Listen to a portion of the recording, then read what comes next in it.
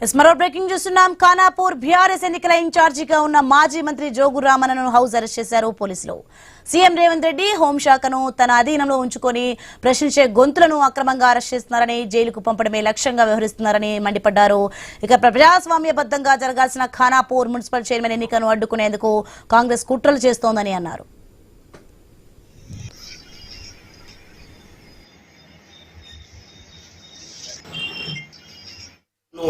House arrest చేయడాన్ని ప్రభుత్వ చర్యని తీవ్రంగా ఖండిస్తున్నాం.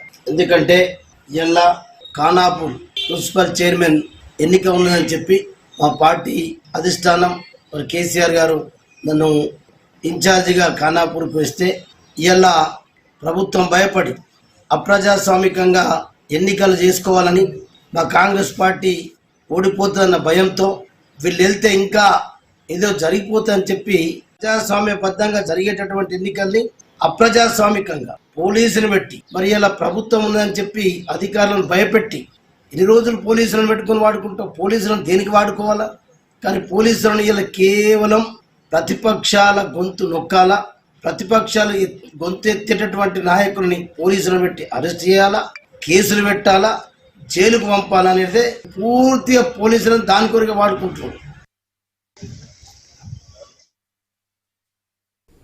ఖానాపూర్ బీఆర్ఎస్ ఎన్నికల ఇన్ఛార్జిగా అయితే ఉన్న మాజీ మంత్రి జోగు రామన్నను హౌస్ అరెస్ట్ చేశారు పోలీసులు. రైట్కి ఇదే అంశానికి సంబంధించి మరింత సమాచారం మా ప్రతినిధి శ్రీనివాస్ అందిస్తారు. శ్రీనివాస్, మొత్తానికి మాజీ మంత్రి జోగు రామన్న అయితే హౌస్ అరెస్ట్ చేసినట్టుగా తెలుస్తుంది. దీనికి సంబంధించిన పూర్తి అప్డేట్స్ ఏంటి? శివాని, ఖానాపూర్ మున్సిపాలిటీకి సంబంధించి చైర్మన్, వైస్ చైర్మన్ ఎన్నిక ఈ రోజు జరగనున్న నేపథ్యంలోనైతే ఇటు బీఆర్ఎస్ పార్టీ తరఫున మాజీ మంత్రి జోగు రామన్నను అయితే ఇటు ఇన్ఛార్జిగానైతే అధిష్టానం అయితే నియమించింది. ఈ నేపథ్యంలో ఈ రోజు ఉదయం ఖానాపూర్ కి వెళ్తున్నటువంటి జోగు రామన్నను ఆదిలాబాద్ పోలీసులు హౌస్ అరెస్ట్ చేయడంతో అయితే ఉద్రిక్తతనైతే నెలకొందని చెప్పొచ్చు. ఓవైపు గత కొద్ది రోజుల నుంచి కూడా గత నెలలో ఇటు చైర్మన్, వైస్ చైర్మన్ ఎన్నిక జరగాల్సి ఉండగా హంగు తీర్పు ఇటు ఓటర్లు ఇవ్వడంతో కూడా ఖానాపూర్ మున్సిపాలిటీ స్థానం ఒక ఉత్కంఠగానైతే కొనసాగుతుంది. ఈ రోజు చైర్మన్ ఎన్నిక ఉన్న నేపథ్యంలో జోగు రామన్న ఇటు ఖానాపూర్ కి వెళ్తున్న క్రమంలో ఆయన్ని హౌస్ అరెస్ట్ చేయడంతో అయితే ఇటు సీఎం రేవంత్ రెడ్డితో పాటు పోలీసుల తీరునైతే ఆయన మండిపడ్డ పరిస్థితులు అయితే ఉన్నాయి. పూర్తిగా హోంశాఖ తన ఆధీనంలో ఉండడంతో ఇష్టారీతిన సీఎం వ్యవహరిస్తున్నాడు. ప్రజాస్వామ్యానికి విరుద్ధంగా ప్రజలు ఇచ్చిన తీర్పును కాలరాసే ప్రయత్నము ఈ కాంగ్రెస్ పార్టీ చేస్తుంది, సీఎం రేవంత్ రెడ్డి చేస్తున్నాడంటూ ఆయన అయితే ఆరోపణలు చేస్తున్నారు. ఖచ్చితంగా ఇటు ఖానాపూర్ స్థానాన్ని బీఆర్ఎస్, బీజేపీ అలయన్స్ లోనైతే ఆ స్థానాన్ని తాము కైవసం చేసుకుంటాం.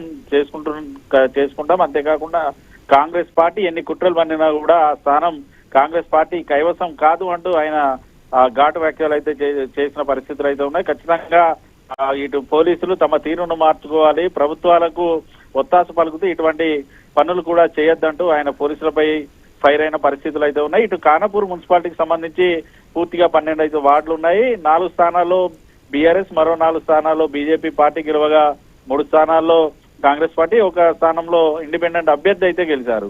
పూర్తిగా ఇటు ఇండిపెండెంట్ అభ్యర్థి కాంగ్రెస్ పార్టీకి మద్దతు ఇవ్వడంతో సంఖ్యాబలం అయితే 4 చేరింది. ఓవైపు ఇటు బీఆర్ఎస్, బీజేపీ ఓపెన్ ఆఫర్లు ఇచ్చుకోవడంతో అయితే ఆ 2 పార్టీలు కలిసి చైర్మన్ పీఠాన్ని కైవసం చేసుకుంటాయనుకునే క్రమంలో ఆ బీఆర్ఎస్ పార్టీకి సంబంధించినటువంటి కౌన్సిలర్ ని క్యాంపు నుంచి కిడ్నాప్ చేశారంటూ బీఆర్ఎస్ పార్టీ శ్రేణులు అయితే ఇటు పోలీస్ స్టేషన్ లో ఫిర్యాదు చేసిన సందర్భాలు అయితే ఈ నేపథ్యంలోనైతే ఖానాపూర్ లో ఒక హైటెన్షన్ అయితే కొనసాగుతోంది. ఖానాపూర్ మున్సిపాలిటీకి వెళ్లే కార్యాలయానికి వెళ్లే దారులన్నీ కూడా ఇటు పోలీసుల పహారాలో ఉన్నాయి. భారీగా పోలీసు బందోబస్తు ఏర్పాటు చేశారు. 3 అంచెల భద్రత నడవనైతే ఇటు చైర్మన్, వైస్ చైర్మన్ ఎన్నికనైతే జరగనుంది. చైర్మన్ ఎన్నికకు సంబంధించి కూడా అధికారులు అయితే పూర్తి స్థాయి ఏర్పాట్లు అయితే చేశారు. ఓవైపు ఉదయం 11 కావస్తున్నప్పుడు కూడా 3 పార్టీలకు సంబంధించినటువంటి ఏ ఒక్క కౌన్సిలర్ కూడా ఇప్పటి వరకు అయితే మున్సిపల్ కార్యాలయానికి అయితే చేరుకోలేదు. దాదాపుగా మరో గంటన్నర లోపు కౌన్సిల్ హాల్ కు చేరుకోకపోతే మాత్రం ఇటు ఎన్నిక కూడా వాయిదా పడే అవకాశం అయితే ఇటు ఖానాపూర్కి అయితే ఉంది. ఖచ్చితంగా ఇటు సీఎం రేవంత్ రెడ్డి తన తీరును మార్చుకోవాలి, ఖచ్చితంగా ఎన్నికను ప్రజాస్వామ్య పద్ధతిలో నిర్వహించాలంటూ మాజీ మంత్రి అయితే కోరుతున్న పరిస్థితులు ఉన్నాయి. Shivani, right, thanks for the information Srinivas.